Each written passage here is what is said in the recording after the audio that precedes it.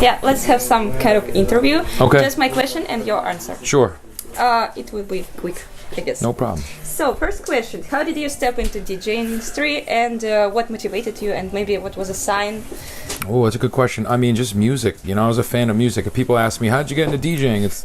Or how do I, how can I be like you? I'm like, you got to be a fan, you know? So being a fan of music, I mean, my parents, Filipinos, they love music. My dad was kind of in a band. My mom, sang all the time in the house. But, when I was listening to hip hop, I didn't really realize it was a culture, at some point. And then in college, I started hanging out with kids that like hip hop.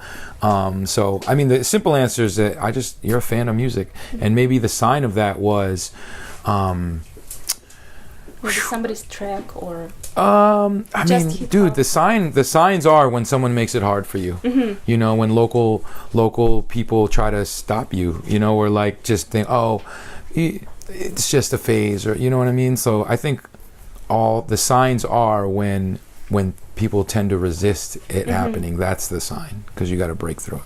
Yeah.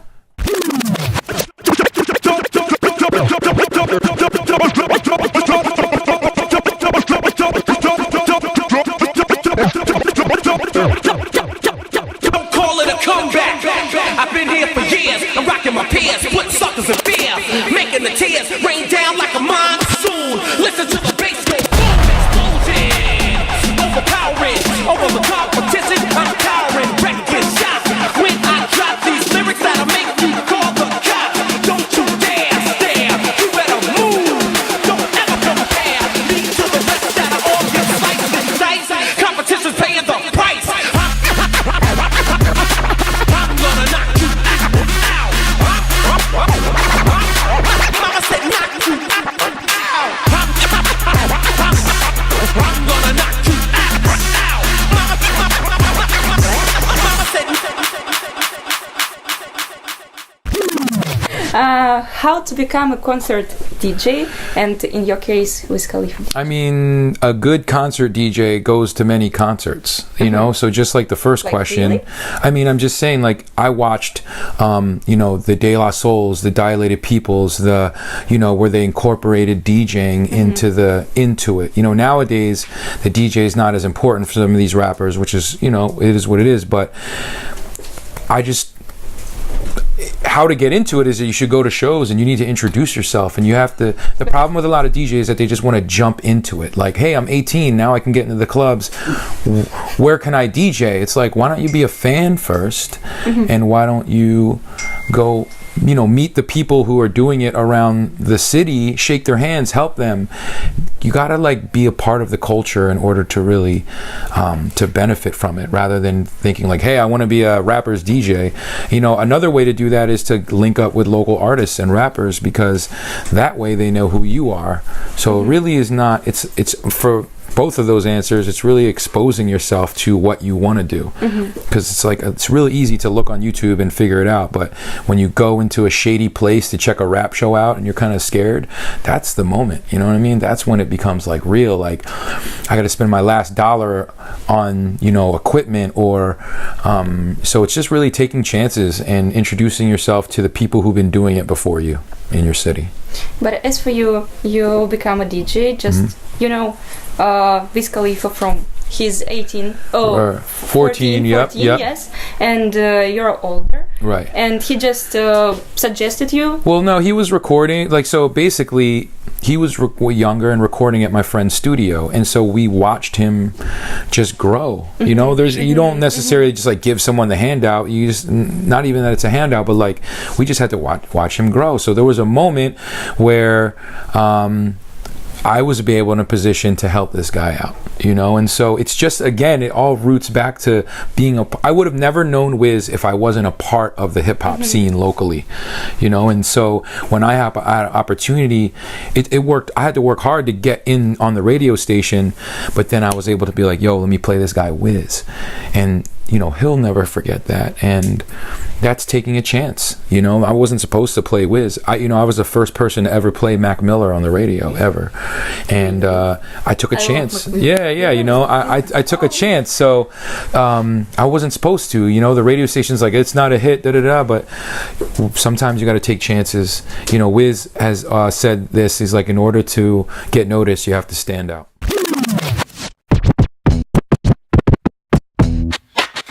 Let's go. Ho. Ho. Let's go. Ho.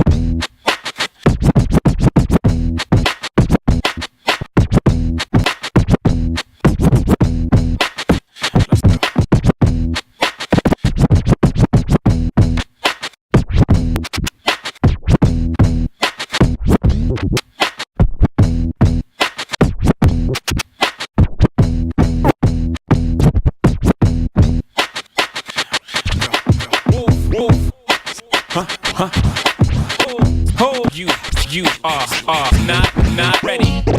Stop anything. Hustler, baby. What do you think about real DJing? Is it relevant nowadays? And what is your attitude about people who are not in this game, like of real DJing? Right. Let's them name just like bloggers. Right. But actually they have a lot of gigs, like really big gigs and some sponsors. Right. Is it correct or right? I mean, you know, you can't really, like, listen, it really comes down to how you're comfortable with yourself. So I could sit here all day and be like, these guys are whack and these guys are fake, but I'm comfortable with my skill. So I don't even have to really, I'm comfortable with my skill, so it doesn't phase me. I think the people who really like critique it are uncomfortable more with themselves. But yeah, definitely. Yes. There's people out there who take advantage of the game and shouldn't be at that, but are they taking advantage of the technology, of their social media, of so imagine if you had their hustle with your skill, then that's undeniable. So really, it's like real recognize real. We know some of these guys are out here just kind of on some hype shit, but you know, the faster they come, the faster they fall. Or put them in a room with DJ Jazzy Jeff or some real heads and show me how you feel then. You know, it's not my place to really critique anymore, you know.